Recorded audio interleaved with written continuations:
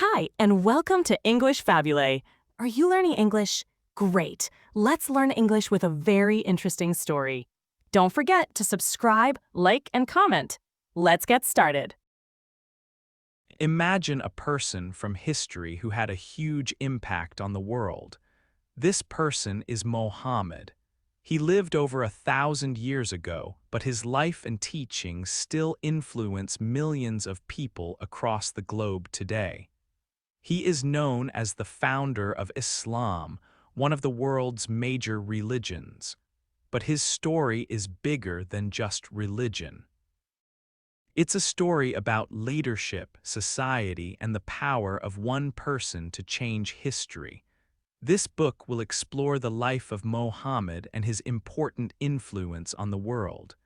To understand his life, we use historical sources. These are old writings and stories from a long time ago. These sources are valuable, but they are also limited. We don't have all the details we might want. Some historical information is missing, and the sources we do have can sometimes be interpreted in different ways. It's like looking at old documents. They can be difficult to read and understand completely. So, we need to study these sources carefully and understand that our picture of his life is based on what we can learn from them. It is important to remember that people see Mohammed's life from different angles.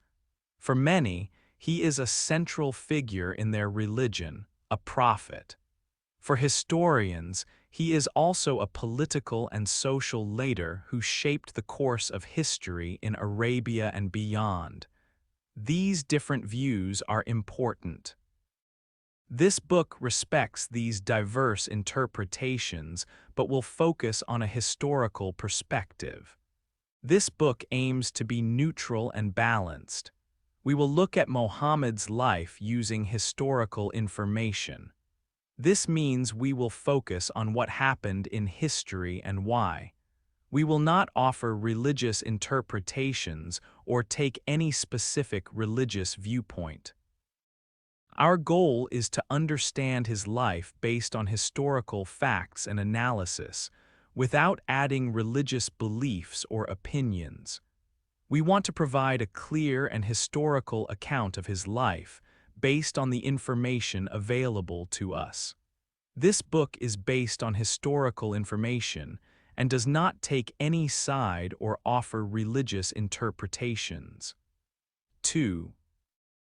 Early life in Mecca. Muhammad was born in Mecca around the year 570. This year is sometimes called the Year of the Elephant. People say it was the year when an army with elephants tried to attack Mecca, but this may not be exactly true. He was born into a family called Banu Hashim. This family was part of a bigger group, the Quraysh tribe, which was very important in Mecca. Mecca was a city in western Arabia. The Quraysh tribe was strong there. Mohammed's family, Banu Hashim, was respected but maybe not very rich when he was young. Mohammed is an Arabic name that means praised or praiseworthy. Muhammad's life started with sadness. His father, Abdullah, died before Mohammed was born. When Mohammed was only 6 years old, his mother, Amina, also died. This made him an orphan, a child without parents. After his mother died, Mohammed was looked after by his grandfather, Abd al-Muttalib. His grandfather was an important leader in Mecca. But when Mohammed was 8, his grandfather also passed away. Then his uncle, Abu Talib, took care of him. Abu Talib became the new leader of Banu Hashim. Muhammad grew up in his uncle's house. Abu Talib and his brothers helped Muhammad learn. One uncle taught him skills like using a bow and arrow and fighting with swords. Another uncle, Abbas, helped him find work. Muhammad started working as a merchant. He traveled with trade groups called caravans. He went to places like Syria to sell goods. People in Mecca knew Muhammad as Al-Amin, which means the faithful or the honest one. He was known for being very trustworthy in his work. When Muhammad was 25 years old, he married a woman named Khadija. Khadija was a businesswoman and was about 40 years old. She was a rich and respected woman in Mecca. She had hired Muhammad to manage her caravans because she heard he was very good at business. Khadija was impressed by Muhammad's good work and honesty. She asked him to marry her and he agreed. They had a strong and happy marriage. Muhammad and Khadija stayed married until she died.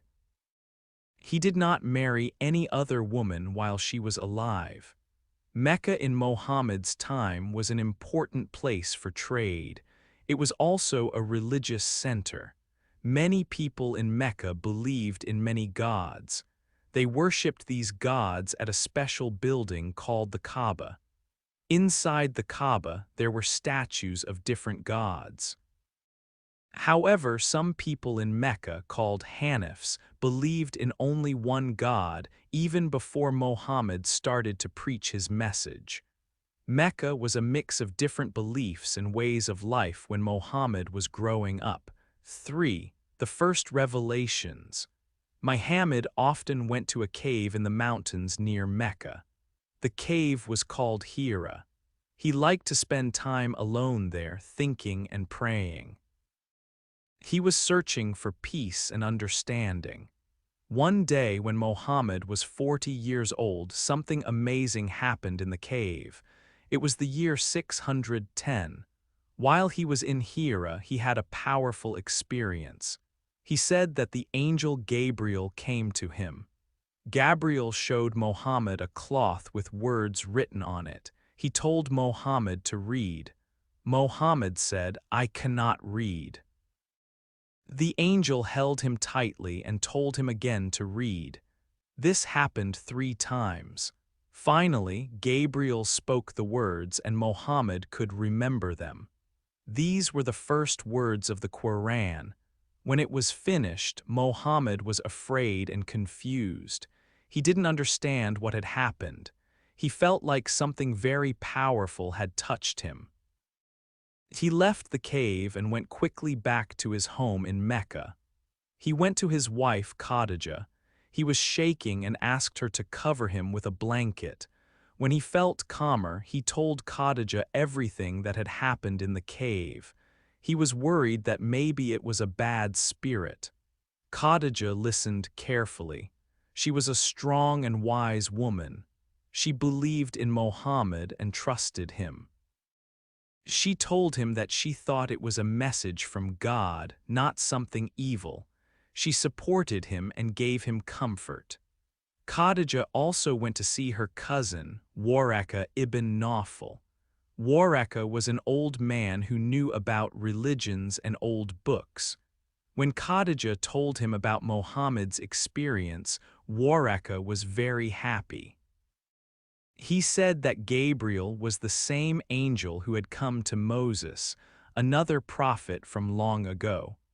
Waraka told Khadija that Muhammad was going to be a prophet for his people. Khadija's belief was very important to Muhammad. She was the first person to accept his message. Soon after, other people close to Muhammad also started to believe. His young cousin Ali, his good friend Abu Bakr, and Zayd, who was like a son to him, all became his first followers. The first messages that Muhammad received were about God. They talked about one God, not many gods like people in Mecca believed. The messages warned people about punishment if they did not believe in God, but also promised good things for those who did. It was the beginning of a new religion, Islam, and Muhammad was starting to share these revelations with those closest to him. 4. Opposition and persecution. In the beginning, not many people in Mecca paid attention to Muhammad's new ideas. but this changed when he started to talk about their gods in a negative way. The leaders of Mecca, the Quraysh, began to oppose him. There were several reasons for this opposition. Firstly, Muhammad was saying that there is only one God, Allah. This was different from what most Meccans believed. They worshipped many gods and goddesses. Secondly, Muhammad criticized the way Meccan society worked. He spoke against some of their traditions and values. The Quraysh felt that Muhammad was attacking their way of life and the beliefs of their ancestors. They also worried about their power and status. If people stopped worshipping the old gods and followed Muhammad, the Quraysh leaders might lose their importance in Mecca. At first, the Quraysh tried to argue with Muhammad. They challenged him to show them miracles, like bringing water from the desert. But Muhammad said that nature itself was proof of God's power. They made fun of him and asked why God had not given him treasures if he was a real prophet. They even asked him to go to paradise and bring back writings from God. But Muhammad explained that the Quran itself was a miracle. When arguments did not work, the Quraysh became harsher. They started to insult Muhammad and his followers. Some people in Mecca even tried to hurt Muhammad physically when he was praying at the Kaaba. The Quraysh also tried to bribe Muhammad. They offered him a position of power and wealth if he would stop preaching against their gods. But Muhammad refused. He said he could not stop speaking the truth, even if they gave him everything. When bribery failed, the Quraysh tried another way. They went to Abu Talib, Muhammad's uncle, who was protecting him. They told Abu Talib to stop Muhammad. They said they could not tolerate Muhammad's insults to their gods and traditions. Abu Talib was in a difficult position. He was from the Quraysh himself, but he also cared for his nephew. At first, Abu Talib asked Muhammad to be less open with his message. However, Muhammad was firm and said he could not stop, even if it meant great hardship. Seeing Muhammad's strong belief, Abu Talib decided to continue protecting him, no matter what the Quraysh said. As the Quraysh's opposition grew, so did the difficulties for Muhammad's followers. Many of the first Muslims were poor people, slaves, or women. These people did not have high social status and were vulnerable. The Quraysh started to persecute these early Muslims. We know that life became very hard for them, although the exact details of this persecution are not fully clear from historical records. To escape this growing danger, Muhammad decided to send some of his followers away to a safer place. In the year 615, a group of Muslims migrated to Abyssinia, which is in Africa. Abyssinia was ruled by a Christian king known for being just. Muhammad believed that his followers would be safe there. The king welcomed the Muslim migrants and protected them. The Quraysh were angry that the Muslims had found safety. They sent people to Abyssinia to ask the king to send the Muslims back to Mecca.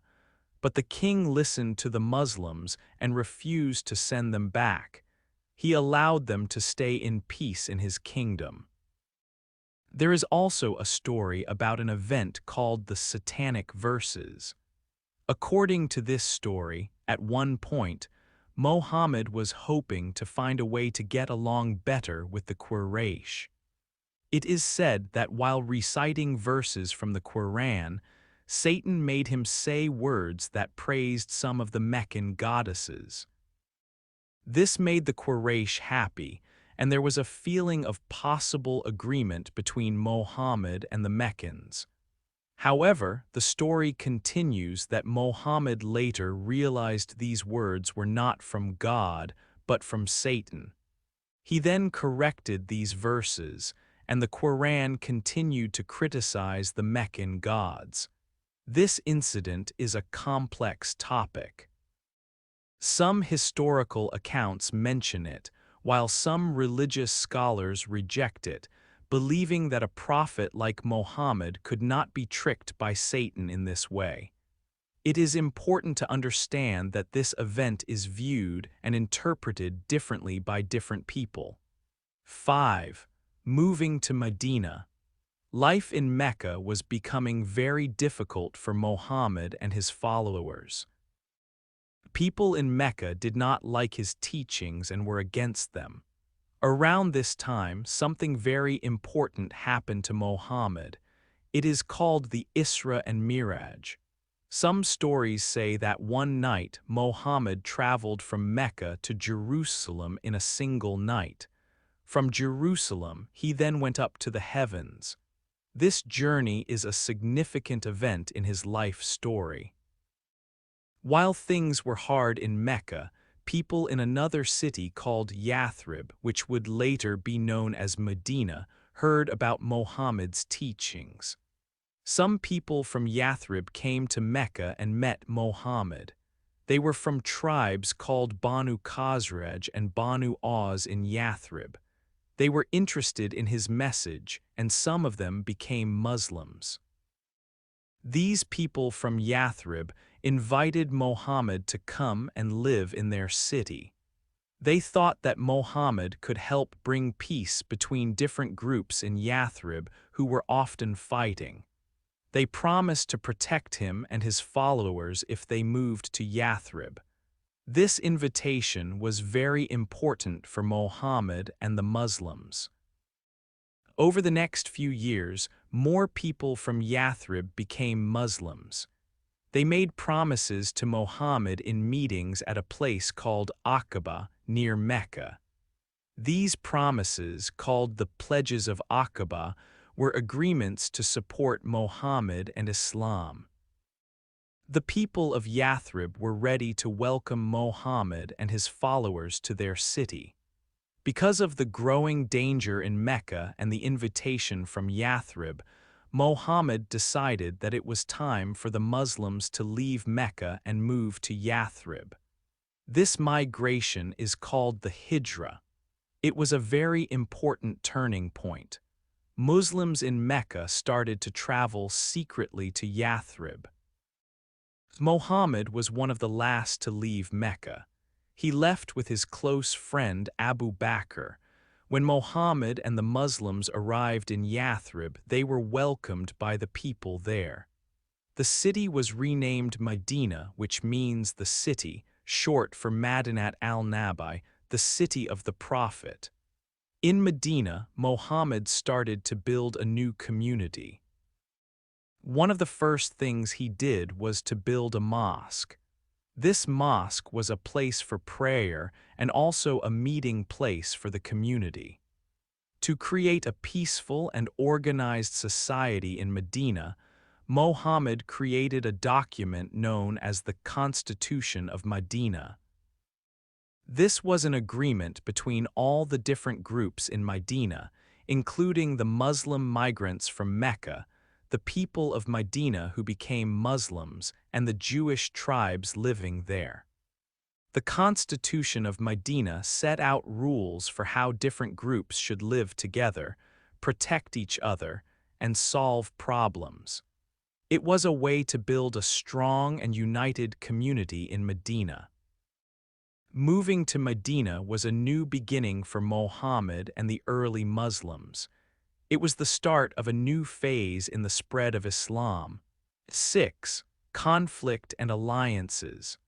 After moving to Medina, Mohammed and his followers faced new challenges.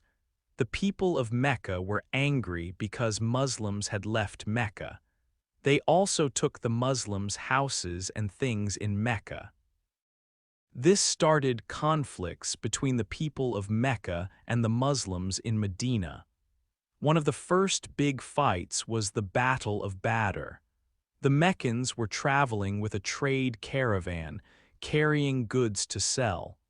Muslims wanted to take this caravan to get back some of their things that the Meccans had taken. In 624, a small group of Muslims, about 300 people, went to Badr to wait for the caravan. The Meccans sent an army to protect the caravan. The Muslim army was much smaller than the Meccan army. Despite this, the Muslims won the Battle of Badr. This victory was important for the Muslims and made them stronger in Medina. 1 year later, in 625, the Meccans came back to fight again in the Battle of Uhud. This time, the Meccan army was bigger. At first, the Muslims were winning, but then some Muslim soldiers did not follow orders. Because of this, the Meccans won this battle. Many Muslims were hurt or killed in the Battle of Uhud. It was a difficult time for the Muslim community. In Medina, there were also Jewish tribes. At first, Muhammad tried to live peacefully with them. He made an agreement called the Constitution of Medina, which said everyone in Medina should live together peacefully. However, some Jewish tribes did not keep this agreement. One Jewish tribe, Banu Qaynuqa, had a problem with a Muslim woman in the market. After this, Muhammad asked the Banu Qaynuqa tribe to leave Medina. Another Jewish tribe, Banu Nadir, was also asked to leave Medina later because of disagreements. The biggest attack on Medina was the Battle of the Trench in 627. The Meccans, with help from other groups, brought a very large army to Medina, about 10,000 soldiers. The Muslims in Medina were much fewer, only about 3,000. To protect Medina, the Muslims dug a big trench around the city. This idea came from Salman, who was from Persia. The Meccan army could not cross the trench easily. They tried to attack for 2 weeks, but they could not get into Medina. Finally, the Meccan army had to go back home. This battle was a victory for the Muslims because they defended Medina. After the Battle of the Trench, there was another Jewish tribe in Medina, Banu Qurayza. During the battle, this tribe did not help the Muslims and seemed to be helping the Meccans. After the Meccans left, the Muslims attacked the Banu Qurayza tribe. After a long fight, the Banu Qurayza tribe surrendered. In 628, Muhammad and his followers wanted to go to Mecca for pilgrimage, which is a religious journey. They went to a place called Hudaybiyah near Mecca. The Meccans did not want them to enter Mecca. After some talks, Muhammad and the Meccans made an agreement called the Treaty of Hudaybiyah. This treaty was for 10 years of peace between the Muslims and the Meccans. It also said that Muslims could come to Mecca for pilgrimage the next year. Even though some Muslims were not happy with this treaty, it was an important step towards peace and later victories. 7. Triumph and return. After years of conflict, the time came for Muhammad to return to Mecca. In 630, he gathered a large army of around 10,000 Muslim soldiers. They marched towards Mecca. The people of Mecca knew they could not fight such a big army, so they decided not to resist.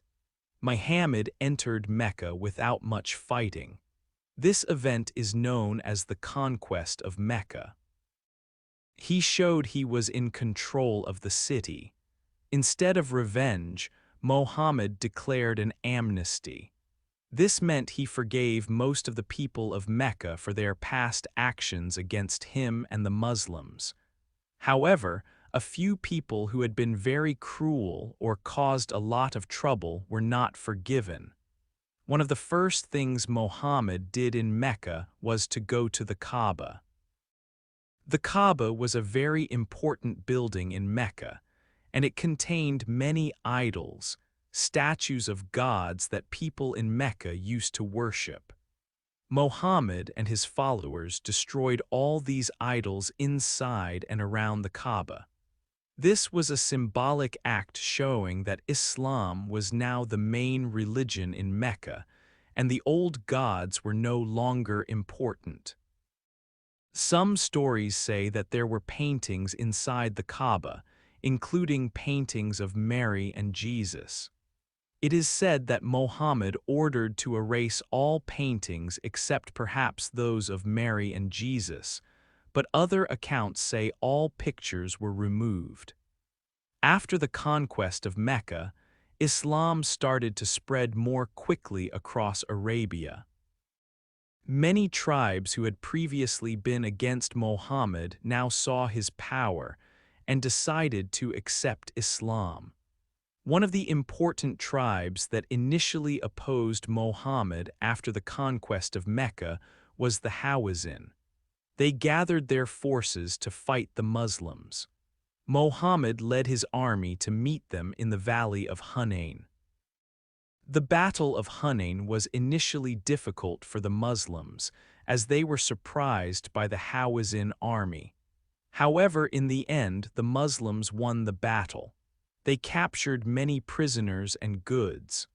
After Hunain, Muhammad focused on the city of Taif, another city that had been unfriendly to him.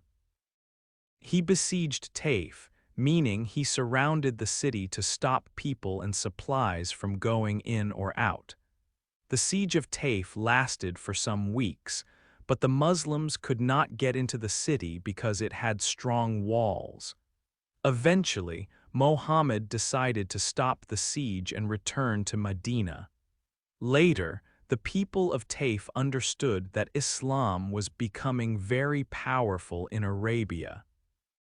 They realized that it was better to join the Muslims than to fight them, so they also accepted Islam. In 630, Muhammad also led an expedition to Tabuk, a place in the north, near the Byzantine Empire. The reason for this expedition is not entirely clear. Some say it was to respond to a possible threat from the Byzantines or to show Muslim strength. Muhammad gathered a large army for this expedition as well. They marched to Tabuk, but they did not meet any Byzantine army there. However, Muhammad made agreements with some local leaders in the area. These leaders agreed to accept Muslim rule and pay a tax called jizya. This expedition showed Muslim power in the northern parts of Arabia too. Finally, in 632, Muhammad performed his farewell pilgrimage to Mecca. This was his last pilgrimage, and it is very important in Islam. During this pilgrimage, Muhammad gave a famous sermon to a huge crowd of Muslims.